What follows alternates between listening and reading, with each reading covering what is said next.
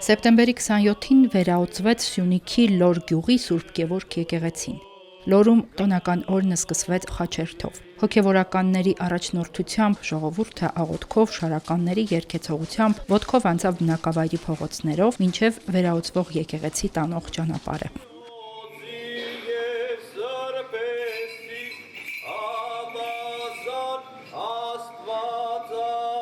Օծման արարողությունը կատարեց Սյունյաց թեմի առաջնորդ Մակար եպիսկոպոս Հակոբյանը, թեմի հոգևոր դասի մասնակցությամբ։ Սրբազան հայրն օծեց եկեղեցու Սուրբ Սեղանը, Մկրտության ավազանը, սյուները։ Մակար եպիսկոպոսը նաև վերաուծված սրբավայրում առաջին պատարագը մատուցեց։ Վերաուծման օրը պատահական չէր ընտրված։ Սրբագործումը կատարվեց Սուրբ Գևորգի տոնին, ում անունն է կրում եկեղեցին։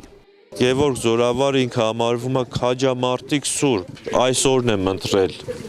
սեպտեմբեր 27, գիտեք ինչա տեղի ունեցել, որ մեր բոլոր նահատակների համար էլ այսօր աղոթք անենք։ Լորի Սուրբ Գևորգը եռանավ բազիլիկ է, չափերով բավական մեծ, 17-րդ դարում է կառուցվել։ Մուտքի միակ դուռը կամարներով զարդարված սրբատաշ քարի շրջանակ ունի։ Այդ շքեղ բարավորի կամարների ներքո դռան ճակտոնին անձնագիր արձանագրություն կա, նշվում է կառուցման տարեթիվը, բարերարի Խոջա Պողոսի անունը։ Փոքր գմբեթը տասնամյակներ անց 18-րդ դարում է կառուցվել։ Ներսում հոյակապ կամարներ ու սյուներ կան։ Սովետական տարիներին օգտագործվել է որպես պահեստ։ Կոլխոզի պահեստ է եղել, անշուք վիճակում, համարյա թե արդեն ավերակի էր վերածվում։ Այդ սովետական կարգերից հետո սկսվեց եկեղեցին մաքրվելը բնակչության կողմից, ղեկավարության կողմից մաքրվեց այդ պահեստը լրիվ ամբողջովին մաքրվեց, դատարկ էր, բայց անշուք վիճակ, շատ վատ վիճակում մեր գյուղացի բարերար Արամյանի նախաձեռնությամբ սկսվեց վերանորոգել եկեղեցին։ Սիսյանի տարածաշրջանում ամենալավ պահպանված եկեղեցիներից մեկն էր եւ փառքաստու վերանորոգվել է արդեն եւ անպայման իր նպատակին կծառայի։ Ես համոզված եմ, որ մարդիկ անպայման կգան իրենց հոգեվոր պարտքը կատարեն էլ ես եկեղեցու։ Լորը առանձնահատուկ գյուղ է Սիսյանում, Լորը իսկական գյուղ է Սիսյանում, հոգևոր ոնց բան կա այստեղ, ինքնոք կա։ Ես այդպես եմ զգում ամենայն դեպս, դրա համար չի կտրվում Լորից իմ, ասենք, կապն էլի։ Այսօր ասենք ծնողներս չկան, պապստատը չկա, բայց մեկ է Լորը ինձ համար մնում է Լոր։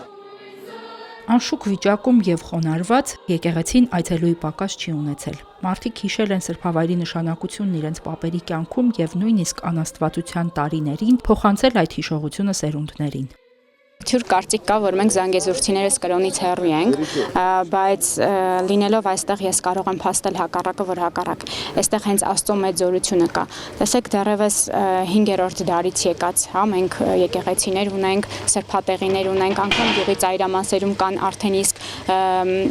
կիսախարխուլ վիճակում գտնվող եկեղեցիներ ու սրբավայրեր, որտեղ երիտասարդները, աշակերտները հաճույքով են գնում ու յուրաքանչյուր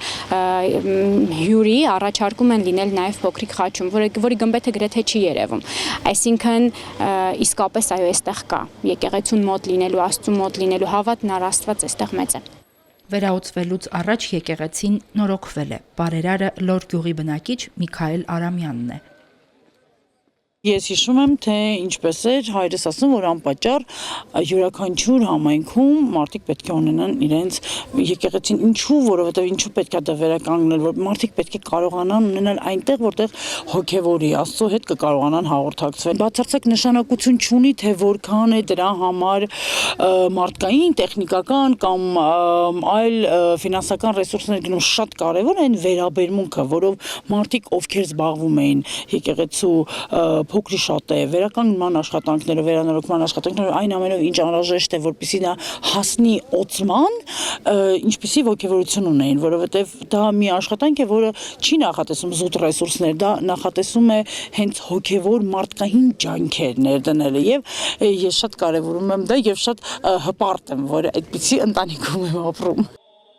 Վերաուծվելուց հետո Սուրբ Գևորգում պատարագներ կմատուցվեն, մկրտություն, պսակ եւ այլ ծեսեր կարվեն։ Այս տարի է ուծվել նաեւ համայնքի Սուրբ Հովհաննես եկեղեցին, որը դարձյալ 17-րդ դարի կառույց է։ Ինչպես խաչը, այդպես էլ եկեղեցին իր թևերի տակ հավաքում է իր հավատացյալներին հավատավոր հոտին։ Եվ թող Աստված տա, որ մեր ժողովուրդը չհեռանան իրենց բնորանից եւ համախմբվեն եկեղեցու հարկից ներս էլ ավելի զորացնեն, շենացնեն մեր բնակավայրերը։ Հերմինե Հակոբյան, Տիգրանուհի Բադալյան, Մհեր Մանուչարյան, եկեղեցական կյանք։